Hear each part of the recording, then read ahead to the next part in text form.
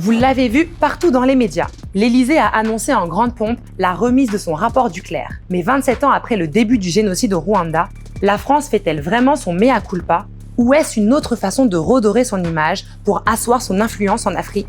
Il y a à la fois un travail d'historien qui n'est pas spécialiste au Rwanda, et malheureusement ça se voit, et des formulations diplomatiques. Et les mots ont un poids d'histoire, un poids politique très important. Le président de la commission à l'origine du rapport a été de son côté très clair sur ses ambitions. Moi, ce que je souhaite, c'est que ce rapport débouche effectivement sur une réconciliation franco-rwandaise, mais sans concession, c'est-à-dire qu'effectivement, les Rwandais légitimement attendent des choses de la France, mais au fond, si les Rwandais, si le président Paul Kagame accepte le rapport et considère que la France a fait le chemin qu'elle doit faire, là, pour le coup, c'est l'Afrique qui donnerait une leçon de grandeur à l'Europe et à la France. Le rapport, remis simultanément aux autorités françaises et rwandaises, indique que la France porte des responsabilités lourdes et accablantes, même si rien ne vient démontrer qu'elle était complice du génocide contre les Tutsis, qui a fait au moins 800 000 morts. Cette conclusion nuancée a été saluée par Emmanuel Macron comme une avancée considérable dans la compréhension et la qualification de l'engagement de la France au Rwanda, et le président français espère que cette fois, la démarche de rapprochement pourra être engagée de manière irréversible. M. Macron voulait faire de Kagame un élément important de son dispositif en Afrique des Grands Lacs.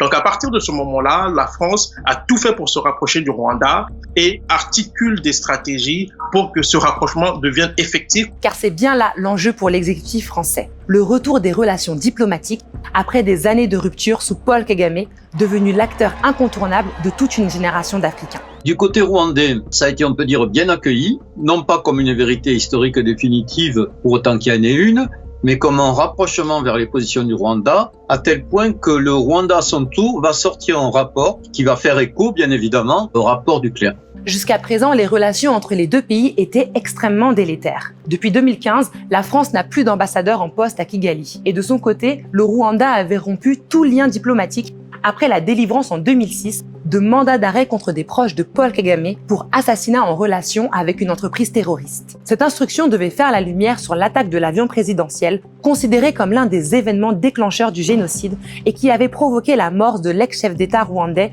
Juvenal Habyarimana. La Cour d'appel de Paris avait finalement conclu à un non-lieu qui avait permis une réouverture du dialogue entre les deux États.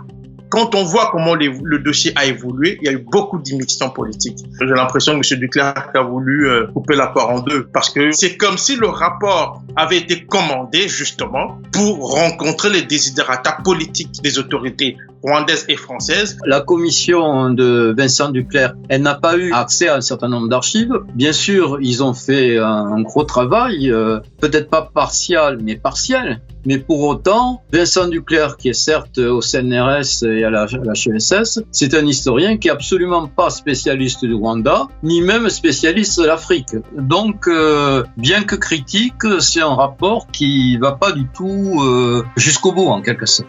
Le rapport attribue l'essentiel des responsabilités de la faillite de la politique française au Rwanda et de son aveuglement au président Mitterrand et à ses conseillers militaires, sans que jamais les liens avec la politique de la France en Afrique ne soient mentionnés. De plus, certaines associations affirment que le rapport occulte ou édulcore certains éléments, comme le rôle de l'opération Turquoise, une opération militaro-humanitaire accusée par Kigali d'exaction et d'avoir permis l'exfiltration de hauts dignitaires génocidaires présumés. The report is still lacking because we know the whole story. Having said that, it is a positive move in the right direction. Pendant des années, Paul Kagame n'a cessé d'accuser la France d'avoir soutenu militairement les instigateurs du génocide. Mais les relations s'étaient réchauffées sous le mandat de Nicolas Sarkozy, qui avait reconnu les graves erreurs de la France, et les arrestations de présumés génocidaires ayant trouvé refuge sur son territoire se sont multipliées face à l'insistance des autorités du Rwanda et des associations.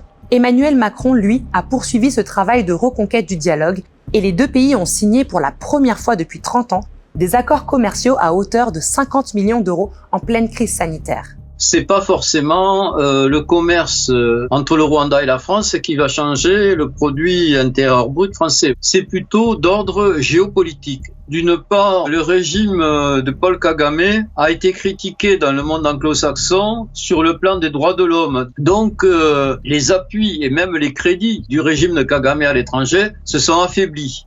Et par ailleurs, Emmanuel Macron, il voudrait certainement normaliser les relations avec un pays qui est considéré par certains géopoliticiens comme une sorte de petite Prusse et qui intervient dans les pays alentours. Car la finalité pour Paris à travers ses concessions serait de s'appuyer sur l'influence de Paul Kagame en Afrique et en RDC pour peser dans les relations internationales. À cela s'ajoute la donne, la conjoncture géopolitique dans la région des Grands Lacs où se positionnent toutes les grandes puissances actuellement. La Chine est en RDC, la Russie est non loin de là en Centrafrique, les États-Unis sont là et la France veut aussi reprendre le rôle d'antan. Emmanuel Macron devrait se rendre au Rwanda durant la période de commémoration du génocide contre les Tutsis si la situation sanitaire le permet, 11 ans après la visite de Nicolas Sarkozy. Un déplacement stratégique durant lequel le chef de l'État français espère refonder durablement les relations entre Kigali et Paris et envoyer un signal à toute l'Afrique. C'est pas du facet faisons table rase, mais disons, essayons de faire quelques concessions pour oublier